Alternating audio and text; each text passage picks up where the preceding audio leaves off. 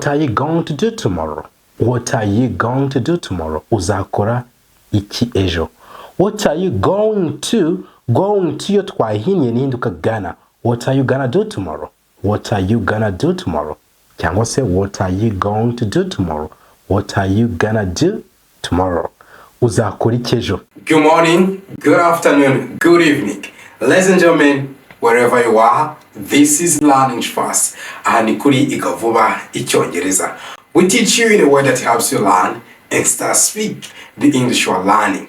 Tukwigisha mu buryo wiga ukawushobora kuvuga Icyongereza uri kwiga. Today we are going to learn a good lesson that can help you to speak. Uyu munsi tugiye kwiga isomo ryiza rishobora kuba ryagufasha kuba wavuga Icyongereza. What are we gonna learn? Tugiye kuba twakwiga iki? Tugiye kwiga some questions. Tugiye kuba twareba ibibazo and possible answers to those questions. Tugiye kuba twareba ibibazo n'ibisubizo bishoboka ushobora kuba watanga. Ni ukuvuga ngo ushobora kuba wabazwa ibi bibazo cyangwa se wowe ukaba wabaza ibi bibazo. That is what we're gonna be doing. Ibyo nibyo tugiye kuba dukora. Before we dive into the lesson of today, mbere ko twinjira mu isomo ry'uyu munsi, we want you to know that if you need this kind of questions, we have the book. Ukeneye ibibazo nk'ibi ndetse n'ibisubizo mu Cyongereza n'Ikinyarwanda wabibona. Just ask us using our number. Uze kutubaza ukoresheje nimero yacu. Ikindi ukeneye gusobanukirwa English verbs, inshinga z'Icyongereza, icyo gitabo kirahari. We have this book of verbs. Dufite igitabo kirimo verbs, harimo regular verbs and irregular verbs, inshinga zikurikiza amategeko n'izidakurikiza amategeko. Ikindi kirimo nuko buri nshinga tugenda tuguha ubusobanuro bwayo, noneho tukongeraho nuko kuri buri nshinga tuguha urugero, none tukarusobanura no mu Kinyarwanda. That is it. And again we have grammar book. Dufite n'ikindi gitabo kirimo ikibonezamvugo tugasobanura mu Kinyarwanda ku buryo ushobora kuba wakwigisha ukumva ibyo uri kwiga. Dufite n'igitabo kirimo dialogues. Iki gitabo cya dialogue, if you want to improve your spoken English, ushaka kongera Icyongereza cyawe cyo kuvuga, cyagufasha. We have different topics that can help you in different occasions. Dufite topics zitandukanye zagufasha ahantu hagiye hatandukanye. Okay, that is it. And we have beginners book. Dufite n'igitabo cy'abatangizi. Twango ushaka gutangira Icyongereza, iki gitabo you need it. Cyangwa nanone ushaka ko hari ibindi usanzwe uzi ariko avuga ati oya reka mpere hasi, this is a book for you. Iki ni igitabo cyagufasha. Dufite ni kindi gitabo kirimo idioms, nukuvuga abantu bari advanced idioms, slang, phrasal verbs bya wana, gana, short forms z'Icyongereza, impine z'Icyongereza. Iki gitabo nawe uragikeneye. And again, if you want to improve your vocabulary, ushaka kwagura inyunguramagambo zawe kugira ngo mu gihe uri kuvuga ujye ureka kuba wategwa, dufite igitabo cy'inyunguramagambo. This is Dictionary of Kinyarwanda and English. Ni inkoranya y'Icyongereza ndetse n'Ikinyarwanda. Alright, that is it. And for people who want to learn English, ushaka kwigana natwe Icyongereza, twakwigisha, what you need is just to have you smartphone. Ufite smartphone cyangwa se ufite imashini that is now in internet, ukaba ufite na internet. We can teach you via Zoom. Twakwigishiriza kuri Zoom wherever you might be, aho waba uri hose. If you are in USA, Canada, Europe, or any part of the world and you feel like you want to learn English, my friend, we can teach you. Uri muri Amerika, uri muri Canada, uri muri Europe cyangwa se n'ahandi ukaba wifuza kwiga Icyongereza, twakwigisha. Just contact us on 078-029-3112. Waduhamagara cyangwa se ukatwandikira kuri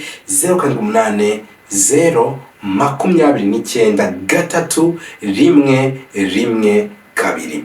Ikindi iyi nimero ya WhatsApp wayifashisha ushaka kutwandikira kuri WhatsApp. This is our WhatsApp number. Our WhatsApp number is 0728000427 072 8 03 4 2 7.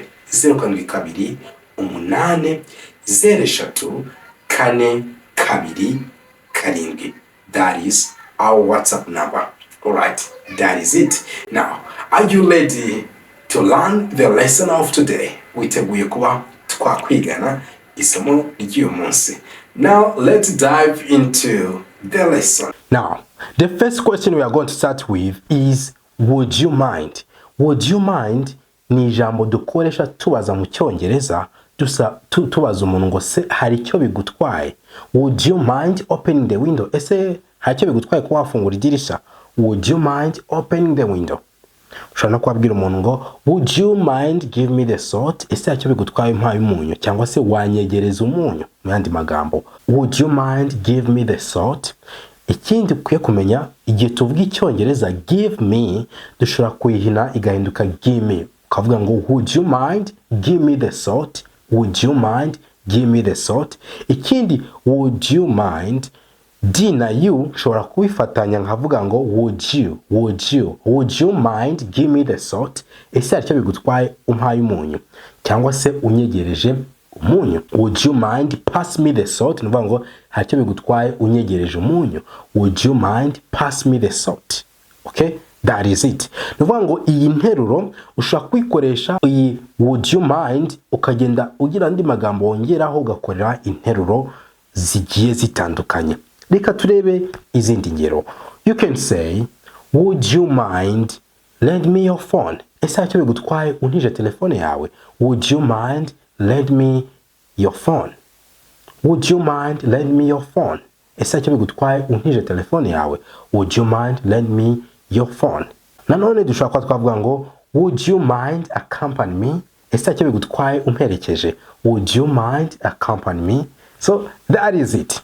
Now let's see next question. Ugiye gusubiza iki kibazo ushobora kuvuga ngo it's okay, ntacyo bitwaye, it's okay. Cyangwa se ushobora kuba navuga ngo it will be my pleasure, nanjye byaba binejeje, it will be my pleasure. Would you mind open the door? Ese icyo bigutwaye ufunguye umuryango? It will be my pleasure, nanjye byaba binejeje, it will be my pleasure. Cyangwa se urundi rugero, would you mind come at home tomorrow? Hari icyo bigutwaye uje mu rugo ejo? I will sure do, rwose nzabikora, I will sure do. Cyangwa nanone ushobora kuba navuga ngo I don't mind, ntacyo bintwaye, I don't mind. Ariko iyo uvuze ngo I do, umuntu akubwiye ngo would you mind, ukamusubiza ngo I do, umubwiye ngo birakintwaye. Urugero, would you mind give me your sweater? Ese hari icyo bigutwaye umpaye umupira w'imbeho wawe? Ukamusubiza ngo I do, uravuze ngo birakintwaye, sinshaka kuguhereza umupira wanjye kubera ko nanjye ndakonje. Okay, that is it. Now I think you know how to use the word would you mind. Let's see next one. Next one is, can you give me a hand? Can you give me a hand? I've told you, nakubwiye yuko give me iyo twayihiniye ihinduka give me. Can you give me a hand? Ese wamfasha niko bisobanura. Hand ni ikiganza, ariko tuvuze ngo can you give me a hand ni ukukubaza ngo ese wamfasha. Nk'urugero, hari igihe ushaka umuntu aguteruza ibage, agira ikintu agufasha guterura, then in that case you gonna say can you give me a hand? Can you give me a hand? Mu gihe utari wabimenyera gukoresha give me, wavuga give me. Can you give me a hand? Ese wamfasha. Ariko umaze kubimenyera cyangwa se ushaka kugira ngo ubimenyere ubyitoze, you gonna say can you give me a hand? Ese wamfasha. Ugasubiza uvuga ngo no problem, nta kibazo. No problem, ntacyo bitwaye. Okay? Now igihe uzaba ukeneye ko umuntu yagufasha guterura ikintu cyangwa se yagufasha ikintu cy'imbaraga, in that case you gonna say can you give me a hand? And then the other person can respond saying no problem. Cyangwa nawe ushaka kubisubiza, you can say no problem. That is it. Next question is, could you do me a favor? Could you do me a favor? Could you do me a favor ni kuvuga ngo ese wangirira ka faveri. Could you do me a favor? Wangirira faveri. cyangwa se wagira imbabazi ukagira icyo wankorera. Okay, could you do me a favor? Ushaka wasubiza uvuga ngo I'll be happy to help you. Nanjye byanezeza kugufasha. I'll be happy to help you. Nk'urugero hari igihe ukeneye ko umuntu akwira favor akaba kugujije 5,000 kamubwira ngo could you do me a favor and give me 5,000. Ese wangira favor ukanguriza 5,000 nawe akagusubiza ngo I'll be happy to help you. Birabinshimishe nanjye kugufasha. I'll be happy to help you. Next question is what are you going to do tomorrow? What are you going to do tomorrow? Uzakora iki ejo? What are you going to yo twahinnye nihinduka gana. What are you gonna do tomorrow? What are you gonna do tomorrow? Cyangwa se what are you going to do tomorrow? What are you gonna do tomorrow? Uzakora iki ejo? Ushobora no kuvuga ngo what are you gonna do next week? Icyumweru gitaha uzakora iki? What are you gonna do next month? Ukwezi gutaha uzakora iki? What are you gonna do next month? Okay? Gasubiza uvuga ngo I'm gonna stay at home and relax. Nzaguma mu rugo noneho nduhuke. I'm gonna stay at home and relax. I'm gonna stay at home and relax. Ejo kubera ko uyu munsi naniwe nzirirwa mu rugo nduhuke. I'm gonna stay at home and relax. Cyangwa ngo next month I'm gonna start going to the gym. Kwezi gutaha ngiye kuzajya ndajya kuri gym. Next month I'm gonna start going to the gym. That is it. Next question. What sport can you play? Ni sporo wabasha gukina. What sport can you play? Ushobora kwabaza umuntu ngo what instrument can you play? Ni kihe gicurangisho wabasha gucurangisha? What instrument can you play? You can respond saying I can play basketball. Nabasha gukina basket. I can play basketball. Cyangwa se I can play football. We say football. I can play football. Nabasha gukina umupira w'amaguru. None ari ugucuranga, you can say I can play guitar very well. Nabasha gucuranga gitari neza cyane. I can play guitar very well. You can ask someone, hari gibona umuntu yagiye mu bitekerezo cyane, none ukamubaza ngo what's on your mind? Ni kiri gutekereza ko mbona wagiye kure, wajyanye ibitekerezo kure. What's on your mind? What's on your mind? Ni kiri gutekereza. You can say I'm just thinking. Ni gutekereza gusa. Ikoshera akajambo just ni kaba kavuze ngo gusa. Niko bavuga ngo I'm only thinking. I'm just thinking na I'm only thinking. Byose bisobanura kimwe. I'm just thinking. Ndi gutekereza gusa. I'm just thinking. Okay? Cyangwa se ushobora kuvuga ngo nothing to worry about. Ntabwo ari ikintu gihangayikishije. Nothing to worry about. What's on your mind? Ni iki kiri mu bitekerezo byawe?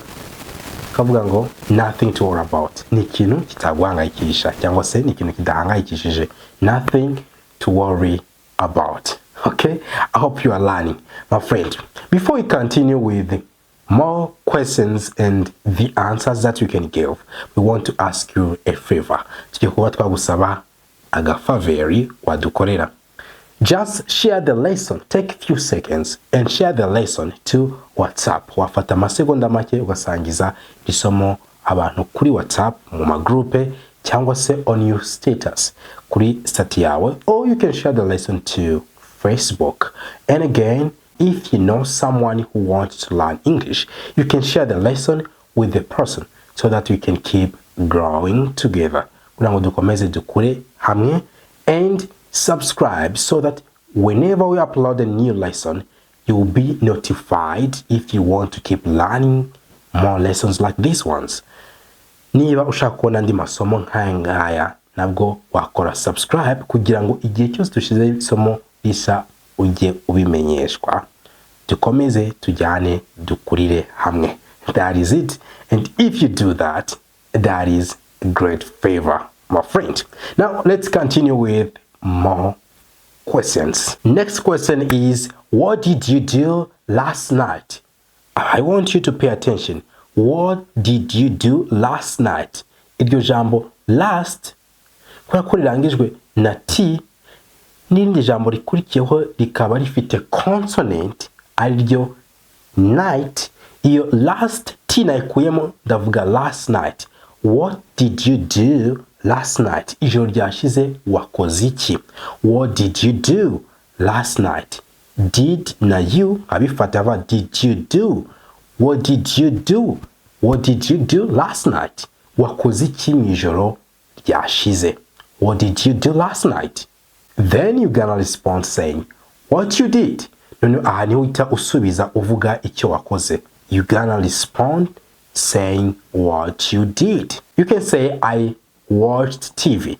Narebye televiziyo. Watanga ibisubizo bitandukanye. It depends on what you did last night. Biterwa n'icyo wakoze mu ijoro ryashize. Cyangwa se ukavuga ngo I read a book. Nasomye igitabo. I read a book. Cyangwa se ukavuga ngo I had a meal with my family. Nasangiye amafunguro n'umuryango wanjye. I had a meal with my family. Cyangwa se ukavuga ngo I went out. Nari nasohotse. I went out. Okay? That is it.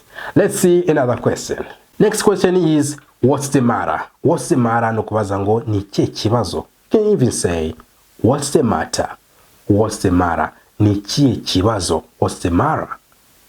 You can respond saying I'm not feeling so good. Ntabwo ndi kumva meze neza. I'm not feeling so good. I'm not feeling so good.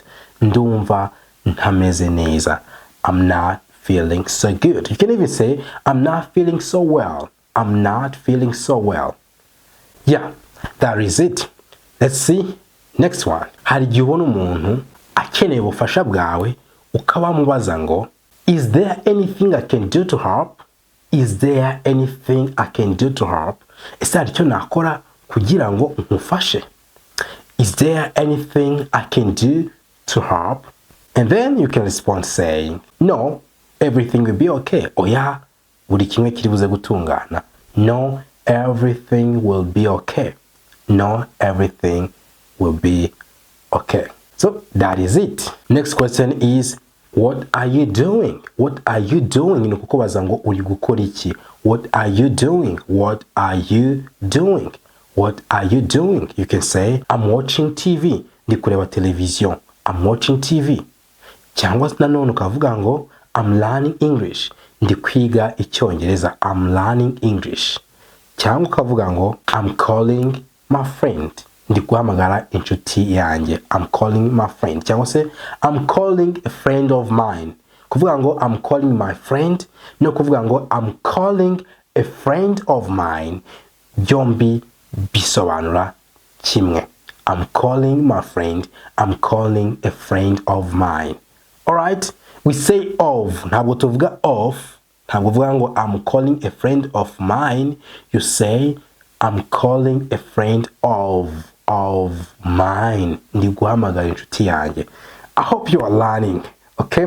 Give us a like if you are still together so far. There's a like niba tukiri kumwe. What is the meaning of like? Iduhaye like, ibyo bitubwira yuko iryo somo warikunze dukwiye kuba twategura andi masomo nkayo. Mu yandi magambo ubu tubwiye ibyo dukwiye kuba twakora kugira ngo ukomeze kunyurwa. So that is it. So give us like if you still want more lessons like this one. Next question is where would you like to go? Where would you like to go? Ushaka kujya. Where would you like to go? You can say I would like to go home. Ushaka kujya mu rugo. I would like to go home. Cyangwa ukavuga ngo I would like to go to the park. Ushaka kujya muri parike. I would like to go to the park. Cyangwa ukavuga ngo I would like to go to the city. Ushaka kuba najya mu mujyi. Okay, I would like to go to the city. That is it. Next question. Where are you going? Ugiye he. Where are you going? Where are you going? Ugiye he. You can say I'm going to the store. Ngiye kwiduka. I'm going to the store. Ngiye kwiduka cyangwa se ngiye kwisoko. I'm going to the store. I need to buy something. Nkeneye kuba hari icyo nagura. I need to buy something. I'm going to the store. I need to buy something. You can ask someone, what are you going to do today? Uri buze gukora iki uyu munsi? What are you going to do today? Uri buze gukora iki uyu munsi? And then someone can respond cyangwa se wabajijwe ukaba wasubiza uvuga ngo I'm going shopping. Ndi buze kujya guhaha. I'm going shopping. Cyangwa se I'm going to visit my friend. Ndi bujye gusura inshuti yanjye. I'm going to visit my friend. cyangwa se I'm going to school today, uyu munsi ndibuze kujya ku shuri, cyangwa se I'm going to attend church service today, uyu munsi ndibuze kwitabira amateraniro. I'm going to attend church service today. Let's see next question. Next question is what's the date today? What's the date today? Uyu munsi niye tariki. What's the date today? Noneho ukabavuga itariki. Ukavuga ngo it's the 1st February. It's the 1st February.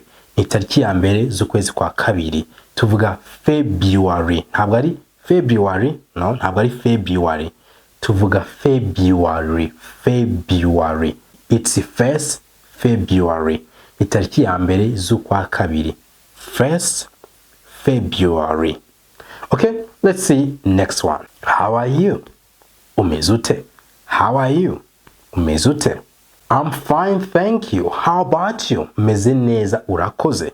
Naho wowe? I'm fine, thank you. How about you? Meze neza, urakoze. Naho wowe? Kubera iki uvuga ngo thank you? Kuki umushimira? Uramushimira kubera yuko yahuye n'abantu benshi ntabwo yigeze abasuhuza, ariko ahuye nawe aragusuhuje. It means you mean a lot to the person. Usobanuye byinshi ko umuntu yaguhaye agaciro. Niyo mpamvu nawe ukwiye kuba wafata umwanya kugira ngo umushimire. I'm fine, thank you. How about you? Meze neza, urakoze. Naho wowe? Now let's see next one. Next one is what's the temperature? Tuvuga temperature. Ntabwo ari temperature, no. Ni temperature. Ntabwo ari temperature. Temperature. What's the temperature? Temperature. What's the temperature? Nuvango temperature ingana ute? Ubushyuhe buri kuri kangahe? It's 24 degrees Celsius. 24 degrees Celsius. Ni degrees Celsius 24. It's 24 degrees Celsius. Okay, now let's see next question. Next one is what time is it? Ni ryari? What time is it? Ni ryari? It is 4 o'clock. Ni saa 10 zuzuye. It is 4 o'clock. Next one is what is your favorite subject? You say favorite.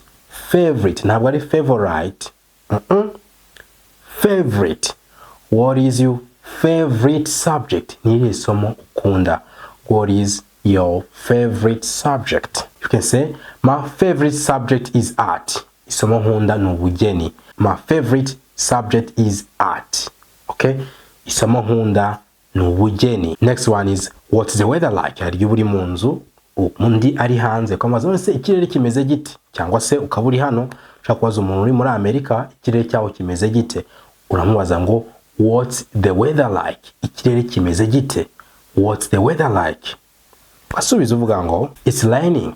Imvura iri kugwa. It's raining cyangwa se it is raining.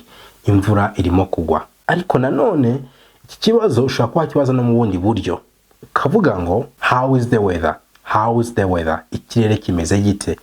How is the weather? Kibazo kiwanye no kuvuga ngo what's the weather like? How is the weather? What's the weather like? Ikirere kimeze gite? It is raining. Uvuze ngo imvura iri kugwa. Cyangwa ukavuga ngo it is sunny. Hari izuba. It is sunny.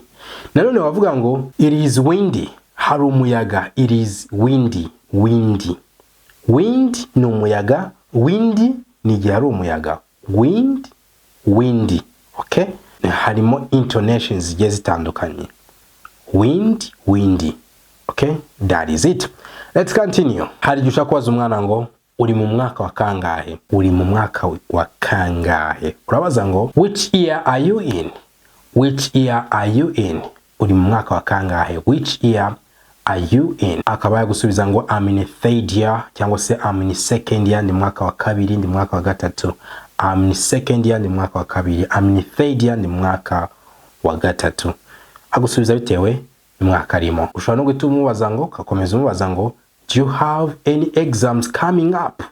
Hari ibizamini mugiye kuba mwagira? Do you have any exams coming up?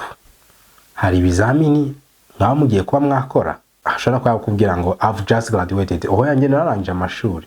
I've just graduated. That is it. Last question is how long have you been learning English? Umaze igihe kingana iki wiga Icyongereza? How long have you been learning English? Iki kibazo wanakikoresha ubaza n'ibindi bintu. How long have you been coming here? Umaze igihe kingana iki uza hano? How long have you been coming here? Cyangwa se how long have you been doing this? Umaze igihe kingana iki ukora ibi? How long have you been doing this? Cyangwa nanone ukabaza ngo how long have you been coming to this church? Umaze igihe kingana iki uza mu iri torero? How long have you been coming to this church? Akakubwira igihe amaze akora icyo gikorwa. Akaba yavuga ngo I have been learning English since 2020. Natangiye kwiga Icyongereza kuva muri 2020. I've been learning English since 2020. Cyangwa se akaba yakubwira ngo I've been learning English since last year. Natangiye kwiga Icyongereza umwaka ushize. Now, okay, let's call it a day. If you feel like you want to keep learning more lessons on this channel, niba wumva ushaka gukomeza kwiga andi masomo kuri iyi channel, you can click here